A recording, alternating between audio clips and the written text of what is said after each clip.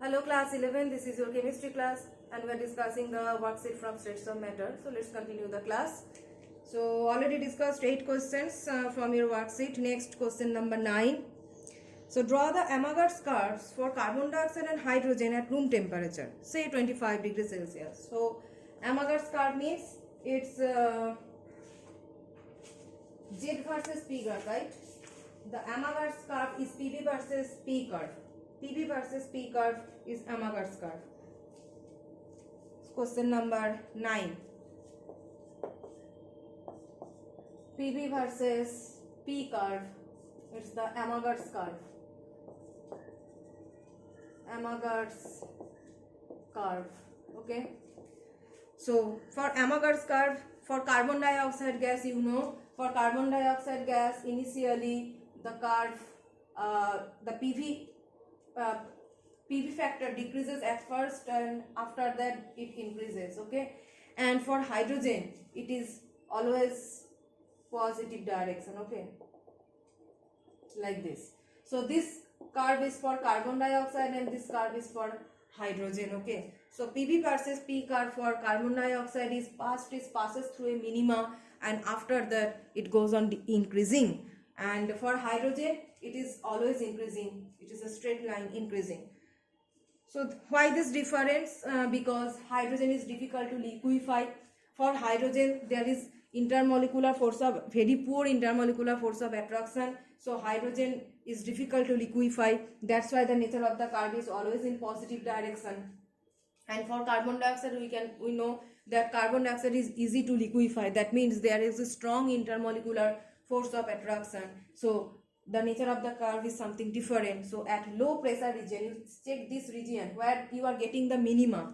This is the low pressure region. So in this low pressure region, it is passing through a minima, and after that when you are increasing the pressure, the PV factor is gradually increasing. This is the nature of carbon dioxide because it is easier to liquefy carbon dioxide gas. So next, what will be the nature of PV versus P graph of a real gas at boil temperature? So at boil temperature, what is boil temperature? If you know what is boil temperature, you can also draw the graph. So boil temperature is that temperature where a gas behaves ideally, right? So boil temperature means boil temperature is different for different types of gases. Every gas has a particular boil temperature, and at the temperature the gas behaves ideally, okay. So if any particular gas maintains its boil temperature, that means it will behave ideally. So ideal means it will be a straight line parallel to the x-axis, so like this. So this graph, this straight line graph parallel to the p-axis is for ideal gas because at boil temperature gases behave ideally. So this straight line graph is at boil temperature, okay. So this is the answer of your question number 9. Carbon dioxide passes through a minima, hydrogen is always positive line, and boil temperature it will be a straight line parallel to p-axis. And you have to write down what is the nature. After you have drawn the diagram, you have drawn the graph, you have to explain the things that for carbon dioxide it is easier to liquefy. That's why it passes through a minima at the low pressure region, and at the high pressure region it goes on increasing. And for hydrogen the nature of the graph is always in positive direction, while at boil temperature the gas behaves ideally, hence it will be a straight line parallel to the p-axis, okay. So 2-3 lines you have to explain. So next question number 10. What is compressibility factor and when its value become less than 1? Compressibility factor, you already know that in terms of compressibility factor we can predict that how easily we can compress any gas, okay. Compressibility factor actually determines the compressibility of any gas, okay. So it's actually the deviation of real gases from ideal gas behavior. So what is compressibility factor? Scientifically you have to say that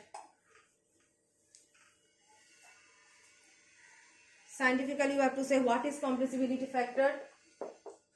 Z means compressibility factor. It determines the extent of deviation. It determines the extent of deviation of real gases from ideal gas behavior. Okay, behavior, and Z is actually PV equal to nRT. Okay, so you know PV equal to nRT. This is the ideal gas equation. Now multiply both, divide both sides by nRT. PV by nRT equal to nRT by nRT, right? So PV by nRT is Z, so Z equal to 1. So we can say that for ideal gases, Z should be equal to 1. And depending upon the value of Z, if it is greater than, sometimes it is greater than 1 and sometimes it is less than 1. So the extent of deviation of a real gas from ideal gas behavior, it is represented in terms of Z compressibility factor, and for ideal gas it is Z equal to 1. And when there when you are saying it about real gases, either the Z will be greater than 1 or the Z will be less than 1. That we have observed from Avogadro's curve, that for some gases, most of the gases, Z is less than 1, and after that it becomes greater than 1, and for hydrogen helium Z is always greater than 1. So the deviation from ideal gas behavior is predicted in terms of Z either greater than 1 or less than 1, and for ideal gas it will be equal to 1. So this is the actual compressibility factor. Now next question is when its value become less than 1. So you have to predict what is the condition, at what condition its value will be less than 1. So to answer this question, you have to start from real gas equation. So for the next part of this question,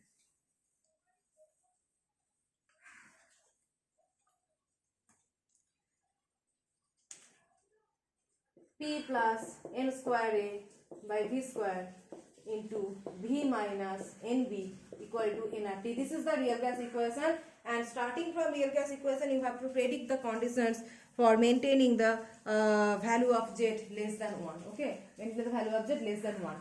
So when this B factor becomes negligible, this volume correction factor becomes negligible, in that case the value of Z will be less than 1. Okay, let's check how. So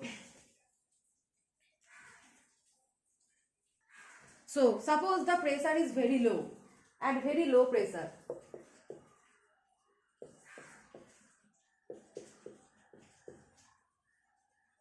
When the pressure is very low, you know according to Boyle's law P proportional to 1 by V. So pressure is low means at very low pressure V is very high, right? Volume will be very high. So when volume is very high, we can say V minus NB nearly equal to V. When we can say that this volume correction factor is negligible in comparison to the total volume, when this V is very much high. As I have said that suppose you are adding like this 5 plus 0.00001, right? So in comparison to 5, this fraction is very small, right? So now you can easily write that it's nearly equal to 5. Just the same thing we are applying here. When the pressure is very low, this volume, this V is very high according to Boyle's law, inversely. So as this V is very high in comparison to NB at very low pressure condition, then we can say that this subtraction of V minus NB, this fraction V minus NB will be nearly equal to V, just like this. Okay. Now, so you just replace P plus n square A by V square into V. In place of V minus NB, just put V equal to nRT. Okay. What's next? After that, just multiply. In this expression, just multiply. It will be PV plus n square A by V equal to nRT. Now PV equal to nRT plus n square A by V. Now divide both sides by nRT.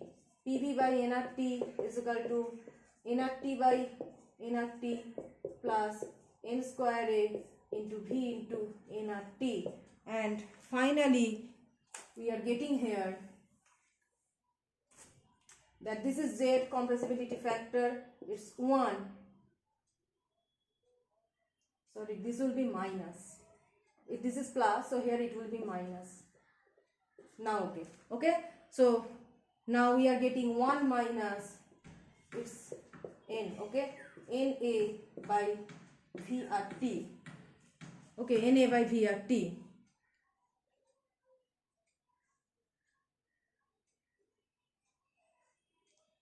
P plus m square A by V square into V, so PV plus m square A by V, getting m square A by V in the right hand side minus n at T dividing by n at T, okay, then n cancel out, Na by V at T. So here we are getting z less than 1.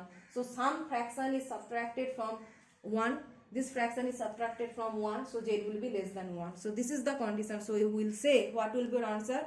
That at low pressure, very low pressure, not only low pressure, at very low pressure, z will be less than 1. So when its value become less than 1? At very low pressure. And not on, you have to show how it is getting its less than 1 value, okay. At very low pressure, what is happening there, you have to explain it, or you have to show it or prove it from real gas equation in this way, okay. Z less than 1 at very low pressure condition. Okay, so we have discussed 10 questions from your worksheet. Rest of the questions will be discussed in the next class.